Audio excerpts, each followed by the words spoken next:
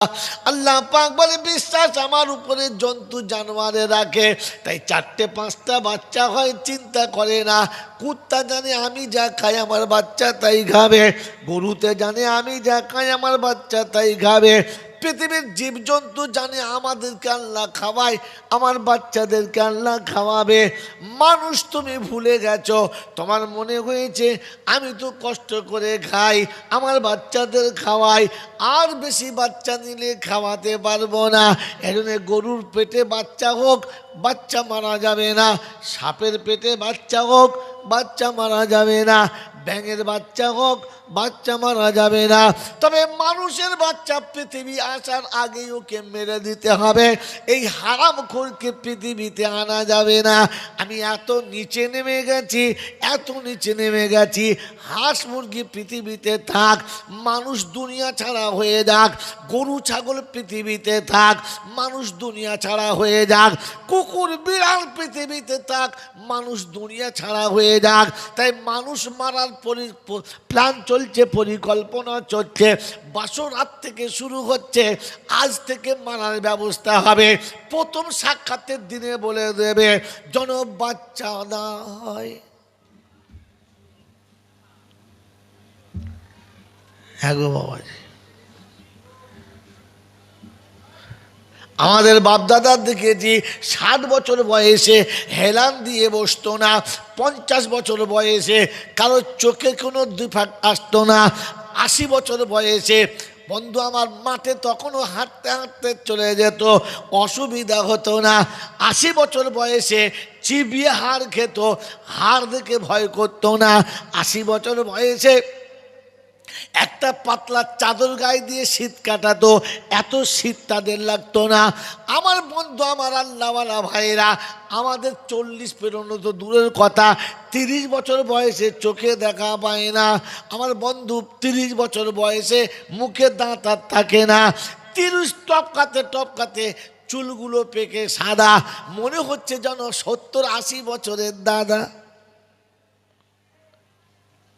কারণ কি বলেন তো? এই কারণ কি বলেন তো? বলতে পারবেন না? বলতে পারবে? এই বলতে পারবে? খালি লোকের কাছে বলে বাংলাচ্ছে ভেজাল খেয়ে খেয়ে সব ভেজাল হয়ে গেছে, খাওয়া ভেজাল না রে বোকা, খাওয়া ভেজাল না, জাতি ভেজাল হয়ে গেছে। এ বাবাজি লাউয়ের বীজ দেখেছো? কথা বলে না। এই বীজ যদি বছর 4-5 শুকিয়ে রাখে, 3 বছর পরে বীজটা যদি লাগায়, গাছ অনেক হবে, ফল তাতে হবে না, গাছে বাগান ভরে যাবে, ফল হবে না। আর যদি এক আধটা হয়, কানা হবে, টেরা হবে, কুরুন্ডে হবে, সলিড ফলটা হবে না।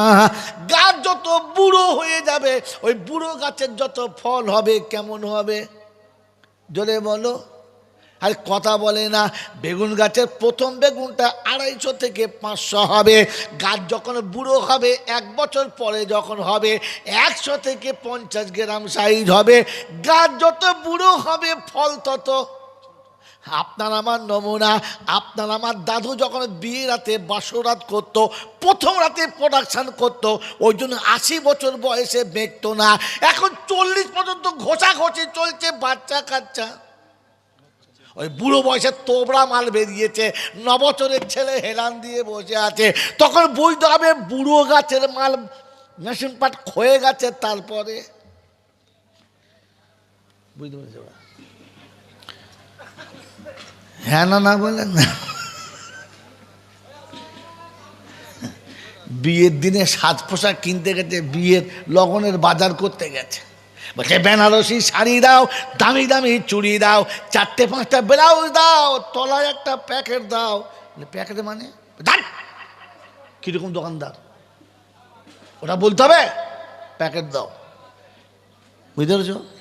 হ্যাঁ, এইসব ইঞ্জেকশন মাল, বুঝতে পারবে না মানে হাইব্রিড জিনিস। ছি ছি ছি ছি ছি ছি ছি। পৃথিবীর সব ঠিকঠাক, শুধু মানুষ মরে যাক।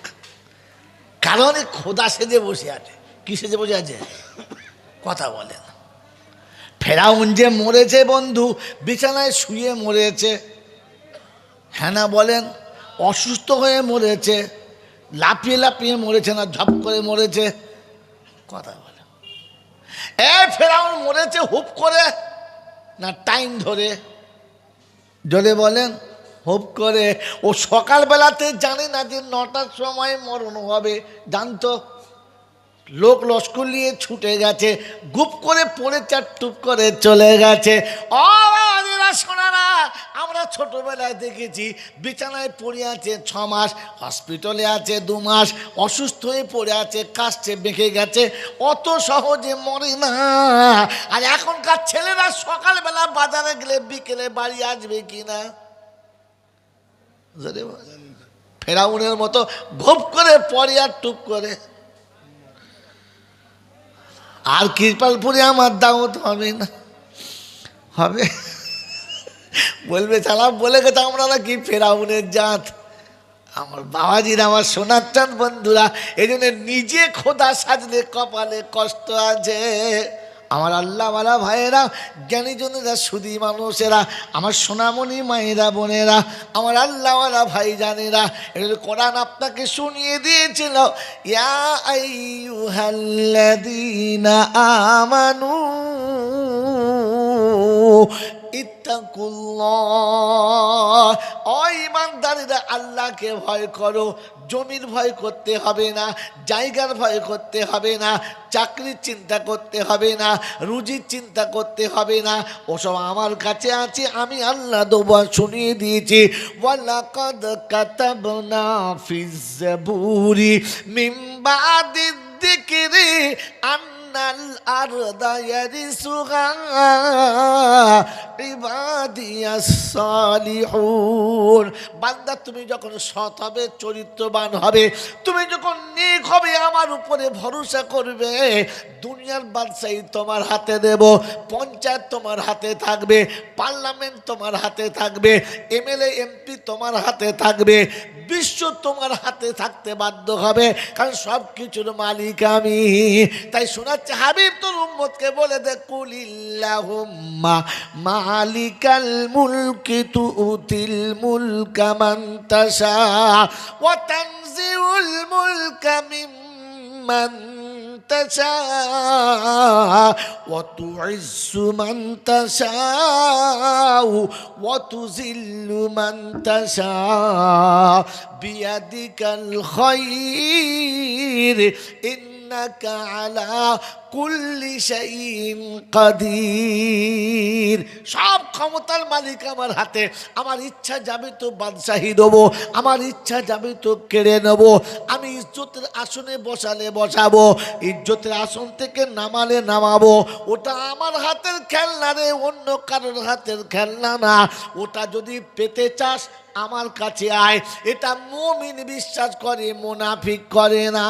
কোরআন শুনিয়ে দিয়েছি, ওয়ালিল্লাহিল ইজ্জাতু ওয়ালিরাসূলিহি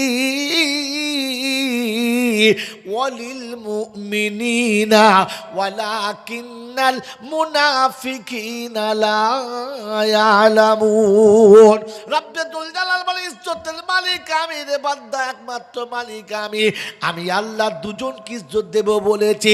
এক আমার রাসূলুল্লাহ ইজ্জত পাবে আর মুমিনরা ইজ্জত পাবে। মুনাফিক বিশ্বাস করে না।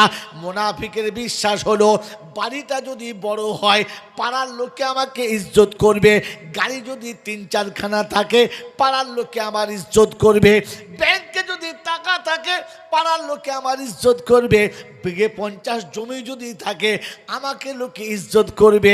ও মুসলমানের ছেলে, পৃথিবীর দিকে তাকিয়ে দেখো, যত গাড়ি আর যত বাড়ি থাক না কেন, কুকুরের লাত মারে, ইজ্জত আর করে না, সবাই ছ্যা ছ্যা করে। ইজ্জতের মালিক কে? জোরে বলেন, ইজ্জতের মালিক কে? আল্লাহ পাক শুনেছে ওয়ালিল্লাহিল ইজ্জাতু ওয়া লিরাসূলিহি ওয়ালিল মুমিনিন ওয়ালাকিন্নাল মুনাফিকিনা লা ইয়ালামুন। রব্বুল জালাল শোনাচ্ছে রে বোকা, মুনাফিক বিশ্বাস করে না যে ইজ্জতের মালিক আল্লাহ। আমি যাকে ইজ্জতের আসনে বসাবো পৃথিবীর কেউ বেইজ্জতি করতে পারে না, আর আমি যাকে বেইজ্জতির আসনে বসাবো তাকে ইজ্জত কেউ দিতে পারে না। তাই তো বড় সুন্দর শব্দ শুনেছে, লা মানিয়া লিমান আতাইতা ওয়ালা মুতি লিমান মানা। আমি যাকে আসনে উপরে তুলবো পৃথিবীর কেউ নামাতে পারে না, আর আমি যাকে নামাবো তাকে কেউ তুলতে পারে, কেউ তুলতে পারে না। আমার নবী যেদিন মক্কার জমিনে এলেন, বহু মানুষ চেষ্টা করছে মুহাম্মদকে শেষ করে দেব, মুহাম্মদকে শেষ করা সম্ভব হলো না, বরং যারা শেষ করতে চেয়েছে তারাই শেষ হয়ে গেছে, তাদের কেউ বাঁচাতে পারল না। আমার নবীকে মারার জন্য প্ল্যান প্রোগ্রাম করেছে যারা, পৃথিবীর জমিনেতে কুত্তার মতো মরেছে তারা।